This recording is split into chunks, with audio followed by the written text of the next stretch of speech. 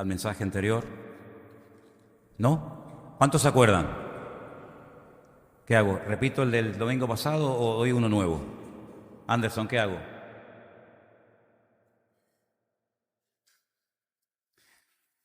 Anderson el jueves nos hablaba acerca de algunas parábolas que explican lo que es el reino de Dios, que es lo mismo que decir el reino de los cielos. El reino de Dios y el reino de los cielos es exactamente lo mismo. Es el gobierno de Dios entre nosotros, gobierno del cual salió el hombre al principio de los tiempos, cuando prefiere ponerse bajo el gobierno de Satanás, cuando le cree más al diablo que a Dios, cuando el diablo le dijo no morirás, Dios le había dicho sí morirás, pero él prefirió creerle al diablo antes que a Dios. Esa es la realidad. Cuando pecamos, cuando desobedecemos a Dios, le estamos haciendo más caso al diablo que a Dios. El diablo viene con ofertas, el diablo viene con regalos, con propuestas, y cuando las aceptamos, le estamos haciendo más caso al diablo que a Dios. Eso es el pecado, aceptar las ofertas del diablo creyendo que son mejores que las promesas de Dios. Fuerte, ¿no? Fuerte. Pues el Señor Jesucristo, cuando vino hace 2000 años, lo primero que dijo en su primer mensaje público fue: arrepentíos, porque el reino de los cielos se ha acercado a vosotros. El hombre no se había acercado a Dios, al contrario, el hombre estaba muy lejos de Dios, cada vez más lejos. Si ustedes creen que cuando Adán y Eva pecaron, al poco tiempo los hombres reflexionaron y dijeron volvamos a Dios, vamos a arrepentirnos, vamos a humillarnos, vamos a hacer lo que Él dice, nada más lejos de la realidad. El hombre siguió pecando y pecando y pecando y haciendo cosas tremendas. Hay momentos en la humanidad, hay momentos en la historia de la Biblia en los que Dios tuvo que decir se acabó, basta, se acabó. Hay momentos en los que Dios tuvo que romperlo todo y empezar de cero. Eso fue el diluvio. La catástrofe más grande de toda la historia de la humanidad no la produjo Satanás, la produjo Dios. Ya había dicho, si no se arrepienten, voy en serio. Si no hay un cambio, si no dejan de desobedecer y si no dejan de provocarme, arrasaré con todo, incluidos los animales, las plantas, absolutamente con todo. Y empezaré de cero. Previamente le había revelado a Noé lo que tenía que hacer para salvarse, él y todos los que quisieran, pero no le hicieron caso. La Biblia dice que solamente él, junto con su esposa, gloria a Dios, sus 3 hijos, con sus esposas, fueron los que entraron dentro del arca y fueron capaces de estar mucho tiempo trabajando y trabajando, trabajando sin parar, sin descansar, porque ellos sabían que lo que Dios había dicho tarde o temprano se cumpliría. El diluvio, la catástrofe, el cataclismo universal. Y Dios empezó de cero, con 8 personas. Dios empezó con estos matrimonios y de esta familia se extendieron todos los seres humanos sobre la faz de la tierra. Los seres humanos o son descendientes de Can, o son descendientes de Sem, o son descendientes de Jafet. No hay más, esa es la pura realidad. Ahí está entroncada toda la humanidad en esas 3 familias. El hombre, piensan ustedes que después de esta gran catástrofe, después de este cataclismo tremendo en el que murieron miles, tal vez millones de seres humanos y de animales, aprendió la lección? Nada más lejos de la realidad. Al poco tiempo, no mucho tiempo después, comenzaron a maquinar y comenzaron a decir, bueno, eso de los sacrificios, eso de acercarnos a Dios, no nos hace mucha gracia, nos vamos a acercar a Dios. No era todavía no habían llegado al colmo, no habían todavía rechazado a Dios desde el punto de vista de su existencia, todavía seguían siendo creyentes, pero a su manera. Vamos a construir una torre, vamos a construir una mega estructura para llegar a Dios, luego eran creyentes, pero vamos a llegar a Dios como a mí me dé la gana, no como Él quiera. Vamos a llegar a Dios y cuando lleguemos a su misma presencia, qué fe tenían, una fe tremenda. Vamos a llegar a la presencia de Dios y le vamos a demostrar en su propia cara, de hecho se lo vamos a decir, que podemos llegar ante Él de otra forma. Y Dios tuvo que parar aquella construcción de aquella famosa torre, la torre de Babel, la torre de la confusión, fueron confundidas las lenguas, fueron esparcidos por toda la tierra y otra vez, diríamos, empezar de nuevo. Y así a lo largo de la historia el hombre tratando de echarle un pulso a Dios, hasta el día de hoy, hasta el día de hoy. Pero hace 2000 años vino el Hijo de Dios, Él en persona, como aquella parábola en la que el dueño de la viña manda unos siervos y los humillan y los rechazan, luego manda a otros y le hacen lo mismo y finalmente manda a su hijo y el dueño de la viña dice, bueno, al final tendrán respeto de mi hijo y cambiarán. Pues los que habían arrendado aquella viña dijeron, mira, este es el heredero, si lo matamos nos quedamos nosotros con la propiedad, y lo mataron. Dice, ¿qué podrá hacer el dueño de la viña por su viña que no haya hecho? Bueno, pues el dueño del universo, el dueño del cosmos, el dueño del cielo y de la tierra, de todo lo creado, vino en persona, se humanó, se encarnó, decidió nacer en un pequeño pueblo que se puede visitar hasta el día de hoy, se llama Betlehem o Belén, y allí vivió 33 años. Durante los últimos 3 años se dedicó a tratar de reconciliar al hombre con Dios, a tratar de hacer volver las conciencias, de hacer volver al hombre, sobre todo al pueblo de Israel, para que después el pueblo de Israel fuera por todas las naciones y predicaran la palabra. Pues él intenta acercar el reino, no lo podía todavía establecer. ¿Cómo va a establecer Dios el reino si todavía ni siquiera creían en él? Pero él se acerca, sana a los enfermos, limpia a los leprosos, resucita a los muertos, da una serie de enseñanzas extraordinarias, y todo con la intención de acercarse al hombre, de acercarse a la humanidad, de acercarse a las personas. ¿Y qué hicieron al final los seres humanos?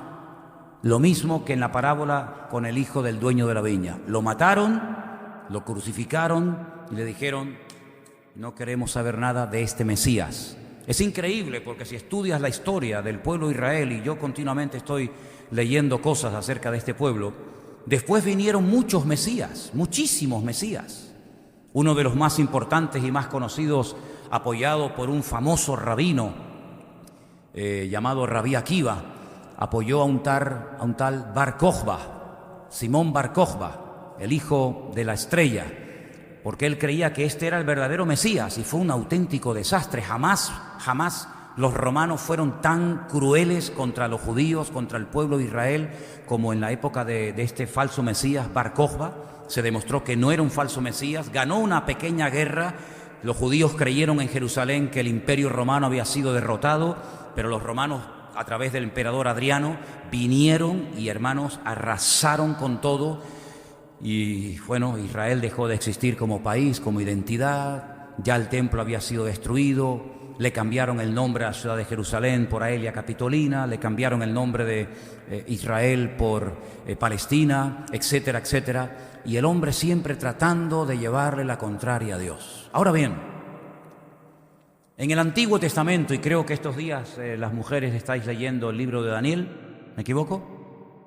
Creo que las hermanas, las que están siguiendo la lectura, no sé cuántas son todavía fieles a aquella lectura que se empezó a 1 de año, pero las que estén todavía con ese plan de lectura hasta final de año, deberíais estar en este momento leyendo el libro de Daniel. Y en el libro de Daniel, que es un libro extraordinario, lo recomiendo a que lo lean todos, es el Apocalipsis del Antiguo Testamento. Allí encontramos detalles que si no los conocemos y si no los estudiamos en profundidad, no vamos a entender muchas de las profecías que luego Juan escribe en su famoso libro de Revelación o de Apocalipsis. En el capítulo 2 del libro del profeta Daniel, voy a leer desde el versículo 1 en adelante una historia muy, pero que muy interesante, que tiene que ver con un sueño que tiene un rey llamado Nabucodonosor, el rey de Babilonia, rey que ya había atacado a Jerusalén, se había llevado cautivo a cientos, a miles de jóvenes a su país, había destruido el templo. Y este rey tiene un sueño, y quiero que sigan la lectura conmigo en esta tarde, por favor. Daniel capítulo 2 del versículo 1 en adelante. En el 2.º año del reinado de Nabucodonosor, tuvo Nabucodonosor sueños, y se perturbó su espíritu y se le fue el sueño. Hizo llamar el rey a magos, astrólogos, encantadores y caldeos para que le explicasen sus sueños. Vinieron pues y se presentaron delante del rey. Y el rey les dijo: he tenido un sueño y mi espíritu se ha turbado por saber el sueño. Entonces hablaron los caldeos al rey en lengua aramea: Rey, para siempre vive, di el sueño a tus siervos y te mostraremos la interpretación. El rey les respondió a los caldeos: el asunto lo olvidé. Si no me mostráis el sueño y su interpretación, seréis hechos pedazos, y vuestras casas serán convertidas en muladares, es decir, en estercoleros, en basureros. Si me mostráis el sueño y su interpretación, recibiréis de mí dones y favores y gran honra. Decidme pues el sueño y su interpretación. Respondieron por segunda vez y dijeron: diga el rey el sueño a sus siervos y le mostraremos la interpretación. El rey respondió, dijo: yo conozco ciertamente que vosotros ponéis dilaciones, porque veis que el asunto se me ha ido. Si no me mostráis el sueño y una sola sentencia hay para vosotros, ciertamente preparáis respuesta mentirosa y perversa que decir delante de mí.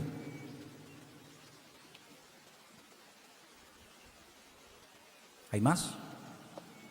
Los caldeos le respondieron delante del rey y dijeron: no hay hombre sobre la tierra que pueda declarar el asunto del rey. Además de esto, ningún rey, príncipe ni señor preguntó cosa semejante a ningún mago, ni astrólogo, ni caldeo. Porque el asunto que el rey demanda es difícil y no hay quien lo pueda declarar al rey, salvo los dioses cuya morada no es con la carne. Por esto el rey, con ira y con gran enojo, mandó que matasen a todos los sabios de Babilonia. Y se publicó el edicto que los sabios fueran llevados a la muerte, y buscaron a Daniel y a sus compañeros para matarlos.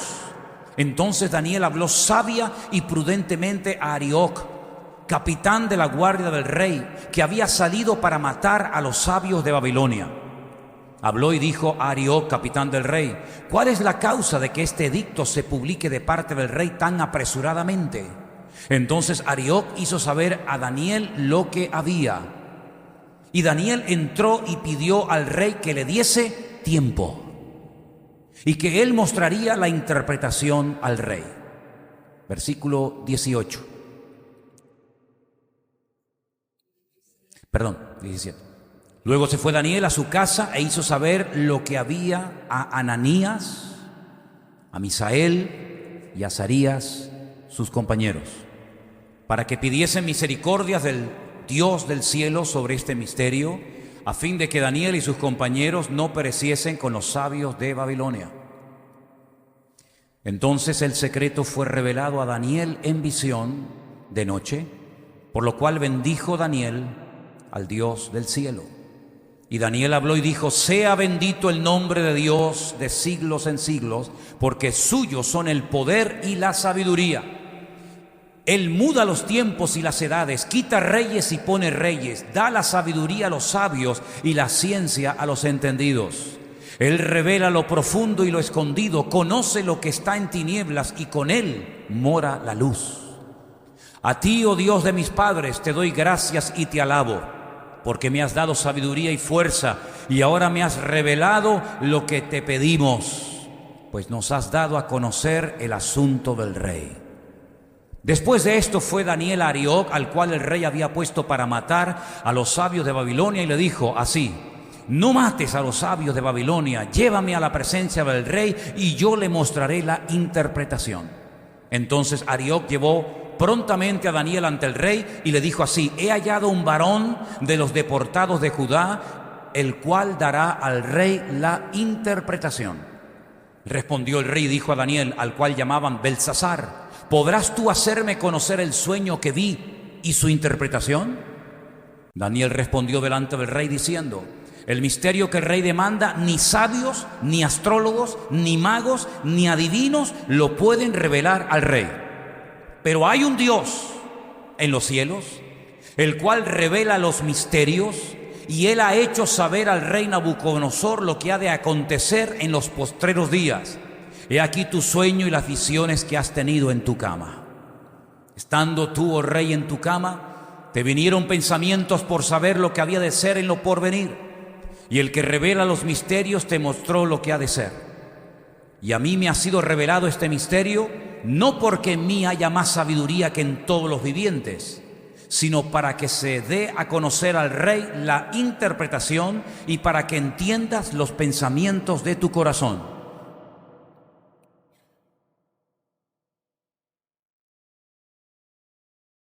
Tú, oh rey, veías, he aquí, una gran imagen. Ahora, si ustedes están siguiendo detenidamente la lectura, se habrán dado cuenta que el rey no solamente está buscando a un hombre sabio que le diga la interpretación del sueño que ha tenido, sino que primeramente tiene que contarle el sueño que ha tenido.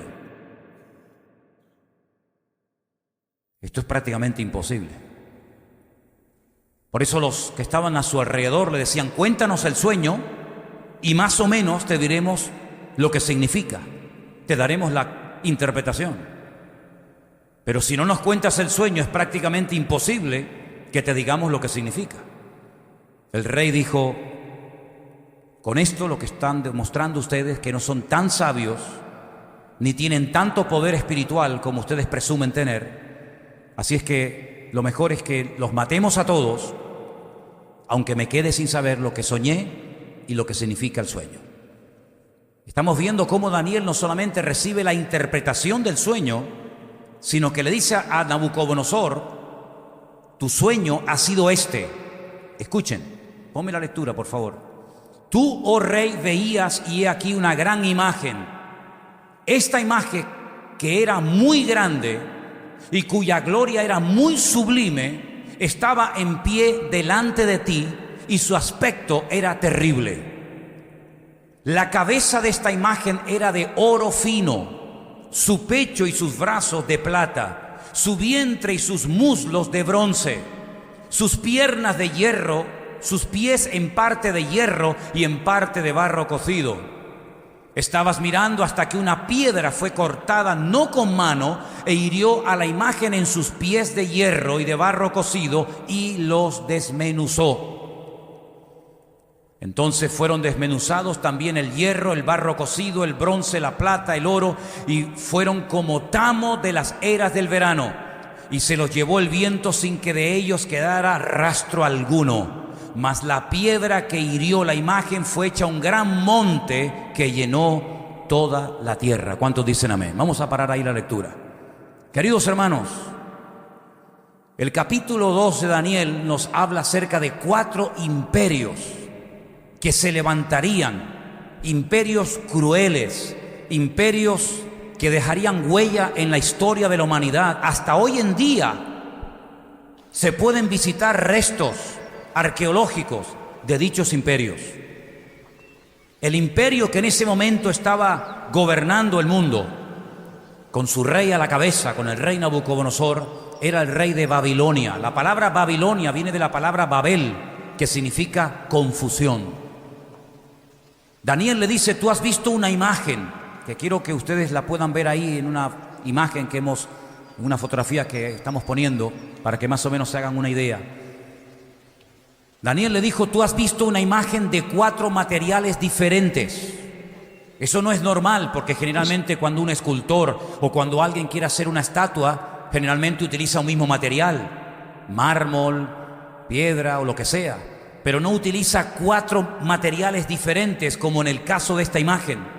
Fijaros que Daniel le dice: la cabeza de oro representa tu imperio, el imperio de Babilonia. Imperio poderoso, soberbio, arrogante, que después Daniel, tiempo más tarde, tendría un sueño y lo vería en forma de león con alas. Así que cada vez que vean en lo alto de un edificio o en la fachada de un banco, de una casa grande o importante, un león con alas, es el símbolo de ese imperio que ya no existe, que era Babilonia. que estaba entre los ríos Tigris y Éufrates. El país que hoy en día estaría más cerca del territorio, de la capital del imperio de Babilonia, sería hoy en día Irak, ¿vale? Pero Daniel le dice: cuando tú mueras, después de un tiempo, y tu reino deje de existir, se levantará otro reino, que será el reino de los medos persas. Los medos hoy en día y los persas siguen existiendo, aunque no como imperios. Los persas hoy en día son los iraníes, los de Irán. Y los medos ni siquiera tienen tierra, son los famosos kurdos, de los cuales se está hablando mucho hoy en día, porque están tratando en Siria de apropiarse de un terreno para ellos poder también tener su propio país. Así que los medos persas, los kurdos, los iraníes hoy en día, se levantarían después del imperio de Babilonia. Pero no sería el último imperio de la historia de la humanidad. Se levantaría un tercer imperio, también tremendamente poderoso, representado en este caso por el bronce. Así que el oro es Babilonia, la plata son los medos persas, el bronce sería el imperio de Grecia, un imperio enorme. El más importante emperador o rey de ese imperio, sin lugar a dudas, como ustedes saben bien, fue Alejandro Magno, homosexual, que no tuvo descendencia, que cuando murió su imperio fue dividido en cuatro de sus generales: Ptolomeo, Seleuco, Casandro y Silimaco, los 4 generales que se apropiaron de su territorio cuando él muere, ¿verdad? El Nuevo Testamento fue escrito en el idioma de ese imperio, en griego. La cultura griega hasta el día de hoy ejerce una influencia en nuestro estilo de vida tremendo. Esta proliferación del culto al cuerpo, esta proliferación de la homosexualidad, del hedonismo, del vive la vida, todo eso es parte de la filosofía de los griegos. Fíjense los siglos que han pasado, pero todavía siguen ejerciendo una tremenda influencia en la sociedad actual. Pero después de los griegos, que también caerían, se levantaría un cuarto y definitivo imperio, que es el imperio que encontramos en el Nuevo Testamento, y es el imperio de Roma, que duró muchos siglos, y tuvo un territorio inmenso. Toda Europa era de los romanos, incluido Inglaterra, incluido el Medio Oriente, incluido el norte de África, lo que sería hoy en día el Magreb. Un imperio gigantesco que después se terminaría dividiendo: imperio de Oriente, imperio de Occidente. La capital de Occidente sería Roma, la capital de Oriente sería Constantinopla, ¿verdad? Que está hoy en día lo que es Estambul, hoy en día en Turquía. Estos 4 imperios existieron, dejaron su huella en la historia. Todavía hay edificios, todavía hay cerámica, todavía hay muchos vestigios, mucho recuerdo de que esos imperios existieron. Esto es algo tremendo, cómo el Señor le revela a este rey Nabucodonosor, a través del ministerio profético de Daniel, que iban a existir estos imperios que ya forman parte de la historia. No estamos estudiando una profecía que no se ha cumplido. Esto sería hoy en día una profecía cumplida, forma parte de la historia. Pero dice la Biblia que en ese sueño que Nabucodonosor tuvo, vio que esa imagen era destruida. Dice que una piedra no cortada por las manos del hombre golpeaba a la imagen en sus piernas, y la imagen caía al suelo y se hacía añicos, se hacía pedazos, y no quedaba nada de estos imperios tan poderosos que mataron, violaron, asesinaron y conquistaron centenares, miles de kilómetros cuadrados hace mucho tiempo atrás. Pero esa piedra, dice que se hizo un gran monte y se convirtió en un imperio sin límite, en un imperio que no iba a ser destruido por un quinto, por un sexto, por un séptimo imperio, sino que permanecería para siempre. Ahora, cuando el rey Nabucodonosor recibe la interpretación de este sueño, en el versículo 44, de Daniel capítulo 2, él hace una declaración increíble que yo quiero que presten atención a ella. Y estas son palabras de este rey pagano, y dice: y en los días de estos reyes, el Dios del cielo levantará un reino que no será jamás destruido, ni será un reino dejado a otro pueblo. Desmenuzará y consumirá a todos estos reinos, pero Él permanecerá para siempre. ¿Cuántos dicen amén?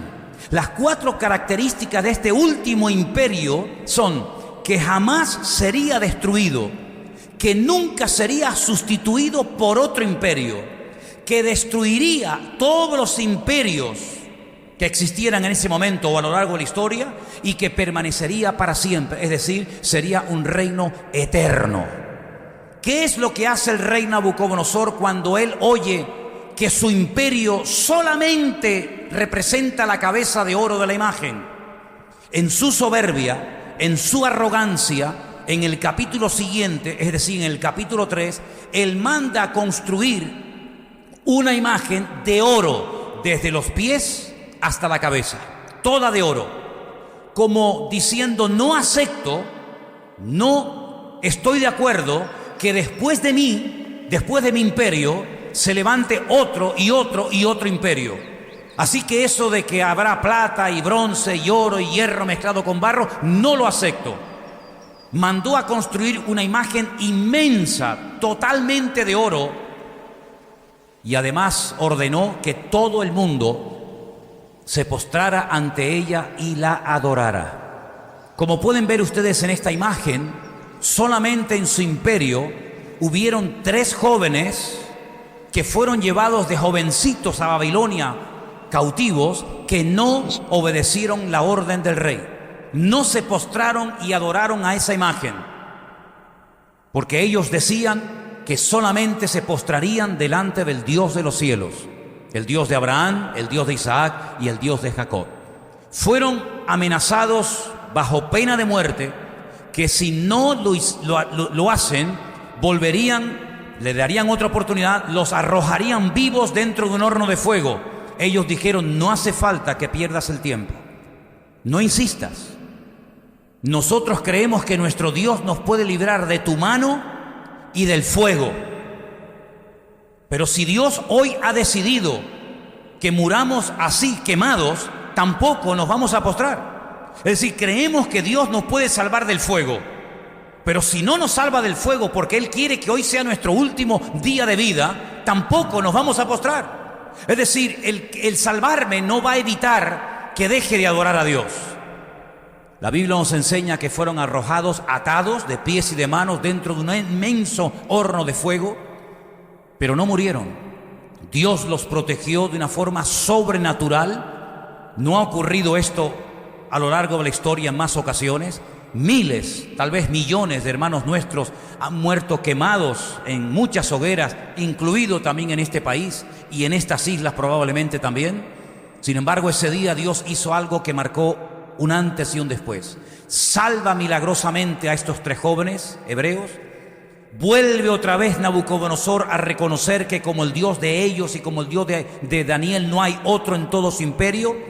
Pero en esta ocasión no solamente reconoce eso, sino que ordena que durante toda su existencia y en todo su vasto imperio, toda la gente adore, bendiga y honre al Dios de estos 3 jóvenes, y que el que no lo haga, lo maten y su casa sea convertida en un estercolero, en un basurero, en un muladar. Ahora, ¿por qué les estoy hablando de estos imperios que fueron tremendos, que hicieron lo que les dio la gana durante mucho tiempo? Imperios arrogantes, soberbios, orgullosos, reyes que no tenían que rendirle cuenta a nadie, que hacían lo que les daba la gana con la gente, que incluso algunos de ellos, cuenta la historia secular, que mientras comían en sus palacios veían a animales como devoraban a niños, a mujeres embarazadas, sin ningún tipo de lástima, de compasión, sin ningún tipo de misericordia. ¿Por qué la Biblia habla de estos imperios? Porque nos cuenta la realidad de que se levantarían, de que ejercerían una influencia tremenda y harían mucho daño a millones de personas. Pero que así como se levantaron, todos caerían y no permanecerían en pie eternamente y para siempre. Sin embargo, no solamente en el libro de Daniel, sino que hay una visita de un ángel tremendamente importante en la Biblia, que dicho sea de paso también aparece hablando con el profeta Daniel en su libro, y el nombre de este ángel es Gabriel, el mensajero de Dios. Este ángel, cientos de años después de esta revelación, de estos sueños, una vez que ya cayó el imperio de Babilonia, cayó el imperio de los medos persas, ya había caído el imperio de los griegos, solamente quedaba el último de Roma, se va a un pequeño pueblo de Israel llamado Belén, donde estaba en aquellos días una mujer llamada Miriam o María, que sería la madre del verdadero Mesías en el futuro. Y quiero que presten atención al mensaje, o aparte del mensaje que este ángel llamado Gabriel le da a esta mujer. En Lucas capítulo 1, del versículo 30 en adelante, escuchen. Entonces el ángel le dijo a María: María, no temas, porque has hallado gracia delante de Dios. Ahora concebirás en tu vientre, darás a luz un hijo, llamarás su nombre Yeshua, Jesús, como aparece en el Nuevo Testamento. Este será grande, será llamado Hijo del Altísimo, y el Señor Dios le dará el trono de David, su padre. Reinará sobre la casa de Jacob para siempre, y su reino no tendrá fin. ¿Cuántos dicen amén? Fíjate que lo que le profetiza, lo que le interpreta Daniel al rey Nabucodonosor, es que estos imperios se levantarían y caerían, que ninguno permanecería por toda la historia de la humanidad. Hoy en día no existe el imperio babilónico, ni el imperio de los griegos, ni el imperio romano, ni el imperio de los medos persas. No existen estos imperios. De hecho, hoy en día no existe como tal ningún imperio. Ningún imperio existe hoy en día. Hubieron imperios, pero ya no existe ninguno. Han perdido prácticamente todo su poder, todo su prestigio, toda su riqueza y toda su influencia.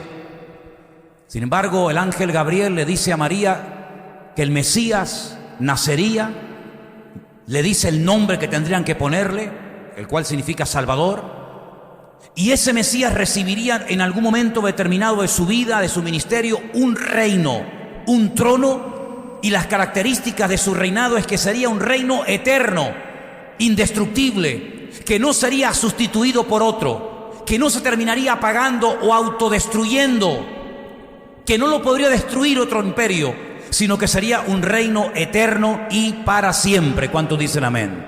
Y ese reino que algún día, con su segunda venida, se establecerá literal y físicamente en este mundo. Y como botón de muestra de ese reinado milenial de Cristo tenemos el famoso milenio del libro del Apocalipsis. Dice la Biblia que Él será Rey de reyes y Señor de señores por toda la eternidad. Su reino no tendrá fin. Su reino ya se ha acercado, pero aún no se ha establecido en su totalidad.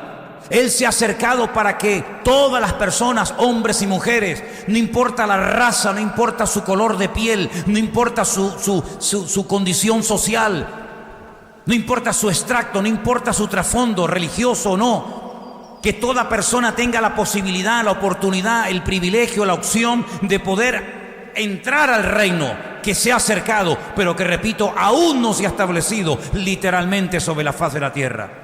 Aún hay mucha soberbia, mucha desobediencia, mucha arrogancia, mucho orgullo. Todavía hay mucho ateísmo. Todavía hay muchas cosas que no quieren dar su brazo a torcer y reconocer que el reino del Señor sí o sí se establecerá sobre todas las naciones de la tierra. Pero en nosotros ya comenzó. ¿Cuántos dicen amén? En nosotros ya tiene que reinar y imperar el Señor. Nosotros hemos abrazado su reino, nos hemos sometido a su cobertura, nos hemos puesto bajo su cobertura, bajo su gobierno, bajo su autoridad, y ahora somos súbditos y somos hijos del Rey de ese reino celestial que reinará para siempre. ¿Cuántos dicen amén? Pero ¿cuál es la condición indispensable para poder formar parte de ese reino?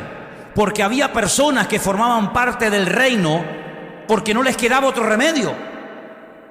Había personas que formaban parte del reino, como por ejemplo Daniel y sus 3 amigos, porque fueron llevados cautivos a la fuerza a Babilonia. Ellos no quisieron ir. Pero los llevaron, quemaron el templo, destruyeron la ciudad de Jerusalén, los llevaron cautivos, les cambiaron los nombres, intentaron desprogramarlos, les enseñaron la lengua, la cultura, la idiosincrasia, la religión de allí. Era una imposición sí o sí de querer meterles el reino babilónico por las orejas. Pero en nuestro caso Dios no ha actuado así con nosotros. Dios no obliga a nadie a que crean en Él. Dios no presiona a ningún pueblo, a ninguna persona para que sí o sí le entregue su vida a Él, sino que lo hace la persona libre y voluntariamente cuando se expone a la predicación del Evangelio. Ahora pueden entender ustedes un poco mejor la famosa visita que le hace un gran rabino de Israel durante la noche a Jesús. Cuando toca la puerta y en Juan capítulo 3, el Señor le abre la puerta a un rabino que cuenta la historia secular que era uno de los hombres más ricos de todo Israel, un principal entre los judíos, un hombre influyente, tan influyente era, fijaros este detalle que os voy a dar, que fue capaz de acercarse al gobernador de Judea, en este caso era Poncio Pilato. Cualquiera no podía entrar a la fortaleza de la Antonia, donde vivía Poncio Pilato, y hablar con él, pero se ve que él, por su influencia, por su autoridad, por lo que fuera, pudo acercarse, pudo hablar con Poncio Pilato, nada más y nada menos, y decirle: quiero que me des el cuerpo de ese judío que acabas de crucificar, quiero encargarme, quiero cuidarlo y quiero llevármelo. Y Poncio Pilato accedió a la petición de Nicodemo y se lo llevaron a un huerto que era de un tal José de Arimatea, que a su vez tenía allí una roca labrada, preparada para su entierro y el de su familia. Fíjate la influencia que tendría este hombre Nicodemo, que no lo echaron a patadas del palacio, de la fortaleza donde vivía Poncio Pilato, sino que pudo acceder. Y este hombre tan influyente, este hombre tan culto, tan religioso, toca la puerta de la casa de Jesús y le dice lo siguiente al Señor. Juan capítulo 3, versículo 1. Había un hombre de los fariseos que se llamaba Nicodemo, un principal, un hombre muy importante entre los judíos. Este vino a Jesús de noche y le dijo: escucha, utiliza la terminología de la época entre ellos, ¿verdad? Rabí, mi maestro. Les encantan los títulos, ¿verdad? Rabí, mi maestro. Sabemos, luego, este no viene solamente en su nombre, sino que viene representando a un colectivo, viene representando a un grupo, porque fíjense que él habla en plural. Sabemos que has venido de Dios como maestro. Bueno, es verdad que Cristo fue enviado por Dios, por el Padre, pero no solo para ser un maestro. Así que lo que está diciendo Nicodemo no es mentira, pero se queda corto. Se queda corto. Sabemos que has venido de parte de Dios como maestro, y ahí me quedo. Y el argumento que presenta es muy interesante, porque en cierta ocasión, cuando el Señor sanó a un ciego, ¿se acuerdan? Y sanó a otras personas, le dijeron a los que habían recibido sanidad: el hombre que te sanó es un pecador. Y el que había sido sanado dijo: si es pecador o no, yo no lo sé. Para eso están ustedes. Yo solamente sé una cosa, que antes era ciego y ahora veo. Pero añade algo muy interesante y dice: nunca se ha oído que Dios haya obrado milagros a través de un pecador. Si todas las personas en el Antiguo Testamento que hicieron milagros, y son muchos, ninguno de ellos era un impío, era un pecador. Incluso uno que no era del pueblo de Israel, que supuestamente tenía poderes espirituales hasta para maldecir a un país entero, no pudo conseguirlo. Y me estoy refiriendo a aquel profeta pagano llamado Balaam, ¿os acordáis? Luego, el argumento de que los pecadores no pueden ser usados para hacer milagro está bien interiorizado en la mentalidad judía de la época, y por eso él dice: porque nadie puede hacer estas señales. Fíjate qué palabra utiliza. Nadie puede hacer estas expresiones de poder, nadie puede hacer estos milagros, nadie puede hacer realmente estas banderas, nadie puede hacer portentos tan espectaculares que marcan huella en el mundo espiritual y que cambian vidas en lo físico, en lo espiritual. Nadie puede hacer esto si Dios no está con él. Es decir, todo tu ministerio, todas tus enseñanzas, todos tus milagros, todas tus resurrecciones, todas tus limpiezas de demonios, todas las limpiezas de leprosos, etcétera, todo se debe a que Dios está contigo. Porque si Dios no estuviera contigo, tú no podrías hacer absolutamente nada. ¿Cuántos dicen amén? No está diciendo, espera, no corras, sígueme a mí, no yo a ti. Nadie puede hacer estas señales si Dios no está con él. Pero vamos a ver, la pregunta que tenemos que hacernos aquí es la siguiente: ¿cómo que si Dios está con él? ¿Quién es Jesucristo? Para usted, ¿quién es Jesucristo? ¿Os da vergüenza responderme? ¿Y por qué no me respondéis? Para usted, ¿quién es Jesucristo? ¿Y para ti? El Hijo de Dios. Entonces aquí pónganse de acuerdo, Dios y el Hijo de Dios. Para ti, ¿quién es Jesucristo? Dios. ¿Y para ti? Dios. Allá atrás, ustedes allá que entraron ahora, Jesucristo para ti, ¿quién es, mija? No, la última de atrás. Usted sí. El Hijo de Dios. El Hijo de Dios. ¿Y Dios? Aquí tenemos que pararnos. Me da la impresión a mí. ¿Una persona puede ser hijo y padre al mismo tiempo? No. ¿Cuántos dicen que sí? Yo soy hijo y padre al mismo tiempo. ¿Tú, Anderson, también? Tú no. No. Yo soy hijo y soy padre en el mismo momento. No tengo que dejar de ser hijo para convertirme en padre. Según donde actúe y con quien hable, hablo o actúo como padre o actúo como hijo. ¿Sí o no? Pues Jesucristo también. Cuando estaba en el trono era Dios Padre. Y cuando vino a este mundo vino en forma de hijo. Pero Él es Emmanuel, Dios con nosotros. Pero no vino en forma de Dios, vino en forma de humano, con carne y hueso, con sangre, con pulmones, con arterias, con riñones, con hígado, con todo eso que usted sabe. Vino como ser humano. ¿Para qué? Porque como ser humano tenía que morir en la cruz. No lo van a matar como Dios. Tenía que morir como ser humano.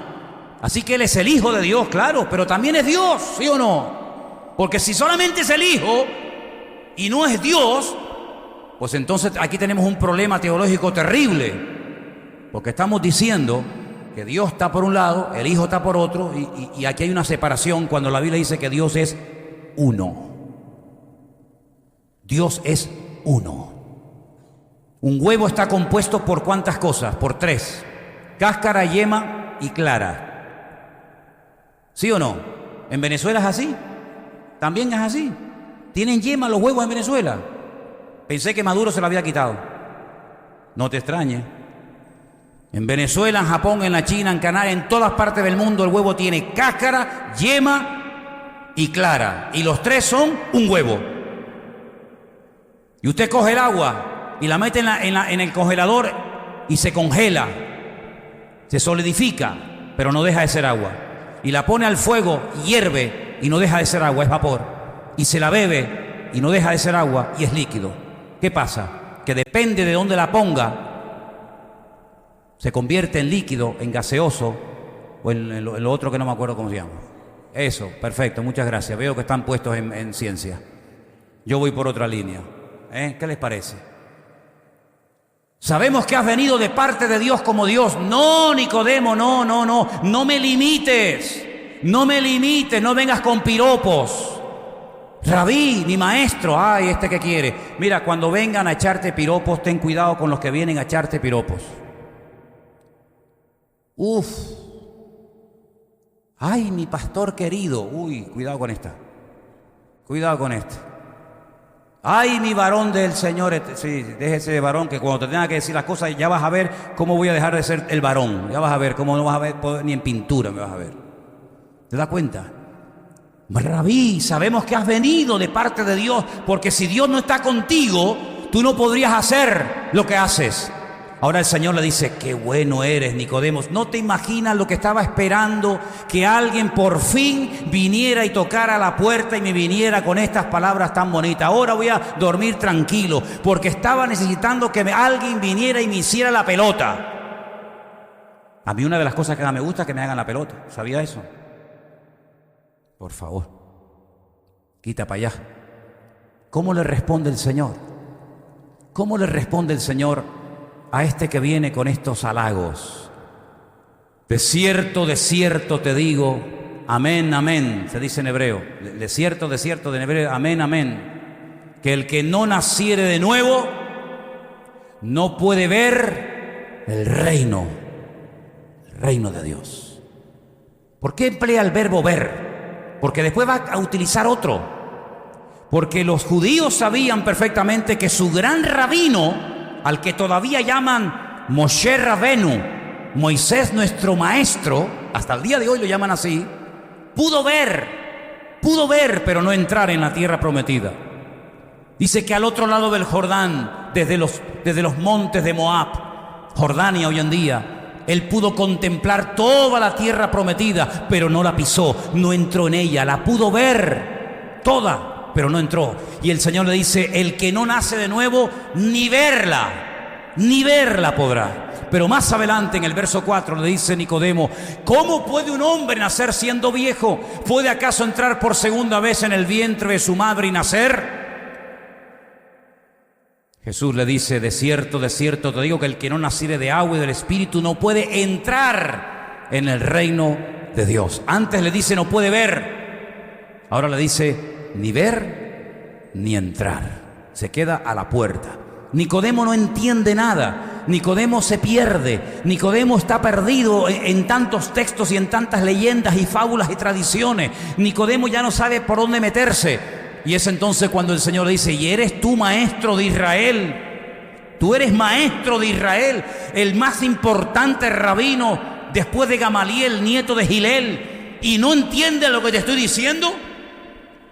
Ahora pueden entender ustedes el nivel de liderazgo que pastoreaba, entre comillas, al pueblo de Israel hace 2000 años, en la época en la que el Señor Jesucristo estuvo en este mundo. Ahora ustedes pueden entender cómo la gente prefería irse al estanque de Betesda, donde dice que venía de vez en cuando un ángel a mover el agua, antes de ir al templo, donde estaban estos caballeros, donde estaban estos señores, con muchas letras, con muchas palabras, pero sin ningún poder y sin ninguna autoridad. Ahora pueden entender ustedes cómo la gente era capaz de caminar días y días enteros, recorriendo todo el país de punta a punta para ir a escuchar a Jesús, porque dicen los evangelistas, porque les enseñaba como quien tiene autoridad y no como los escribas y los fariseos. ¿Se dan cuenta? El elemento indispensable para entrar y disfrutar del reino de los cielos es nacer de nuevo. Esto no lo predican los musulmanes ni los budistas, esto solamente es el evangelio. La pregunta es, ¿usted ha nacido de nuevo? Porque hay gente que dice, yo soy nieto de cristiana evangélica. En mi país, mi abuelita iba al culto y me llevaba de vez en cuando a la escuela dominical. Y yo no le estoy preguntando eso. Yo no le estoy preguntando ni siquiera si usted cree en Dios. Yo le estoy preguntando, ¿usted ha nacido de nuevo? ¿Qué significa nacer de nuevo? Nacer de nuevo es entregarle 100% a la vida al Rey del Reino, al Señor Jesucristo. Es aceptarlo en tu corazón como tu Señor y Salvador personal. Es entregarle todos tus derechos, tu tiempo, tu agenda, tus actividades, tus sueños, tus planes. Es morir. Por eso cuesta tanto ser un buen cristiano. Porque para ser un buen cristiano hay que morir y nadie quiere morir. Nadie quiere morir, todos quieren mandar y gobernar y dirigir su vida, pero eso sí, que Dios me bendiga, que Dios me ayude, que Dios me prospere, que Dios me abra la puerta, que Dios me conceda aquel sueño, que Dios me conceda aquel trabajo, que Dios me conceda aquel hombre, que Dios me conceda aquella mujer, que Dios me conceda ser madre. Eso sí, pedirle a Dios todo lo que queramos y más. Pero el evangelio no es solamente pedir y pedir y pedir y pedir, el evangelio es morir a uno mismo. Ya no vivo yo, decía aquel gran hombre de Dios, mas vive Cristo en mí. El reino de Dios no es como el reino de este mundo, donde dice la Biblia que los mayores son atendidos por los menores, sino al contrario, en el reino de Dios dice que los mayores sirven a los menores.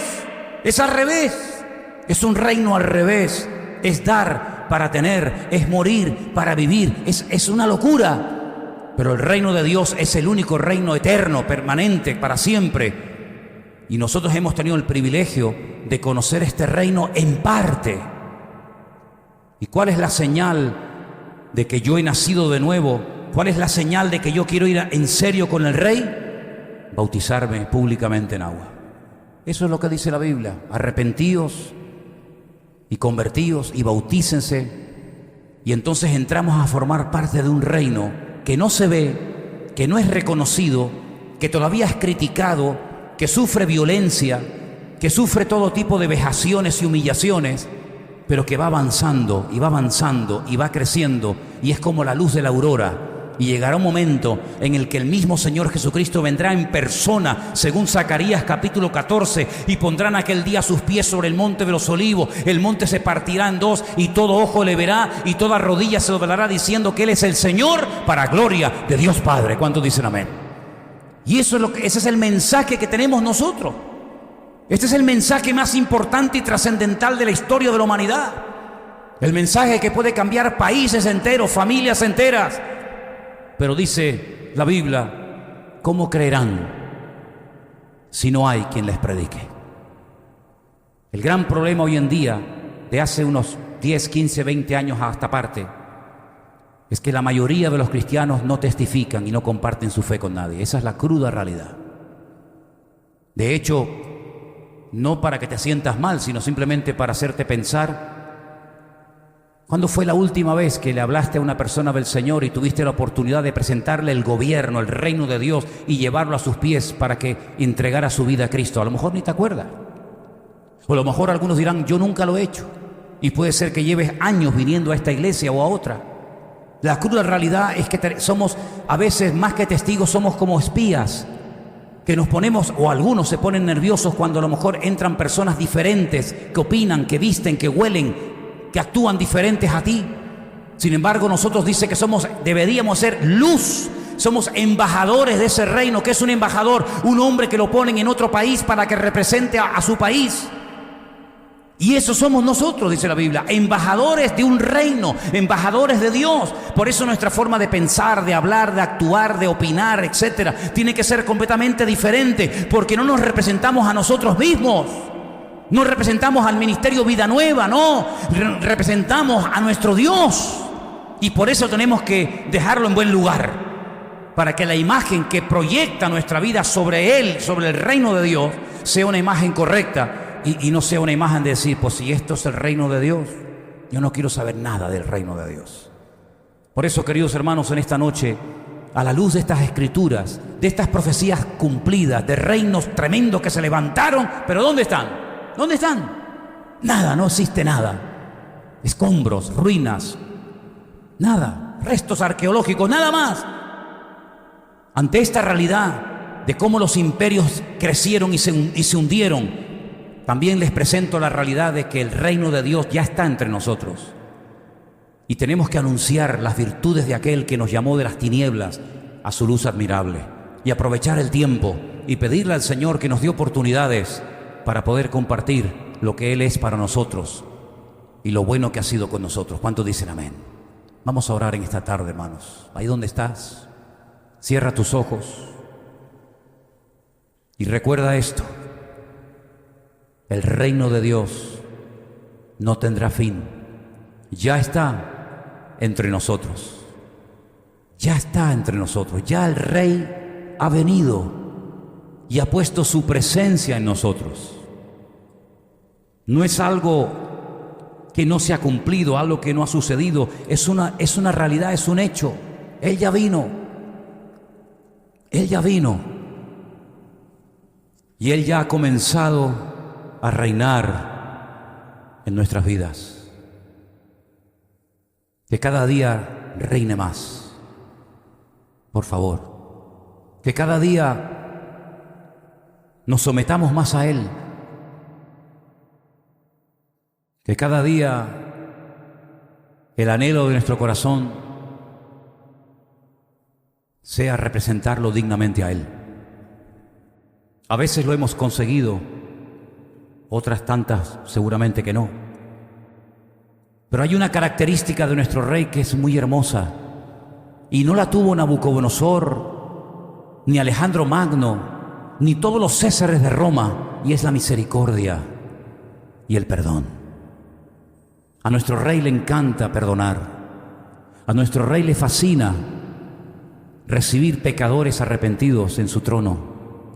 A nuestro Rey le place y le satisface enormemente cuando hay personas en este mundo que le piden perdón y vienen ante Él humillados y le dicen: sé el Rey de mi vida y de mi corazón.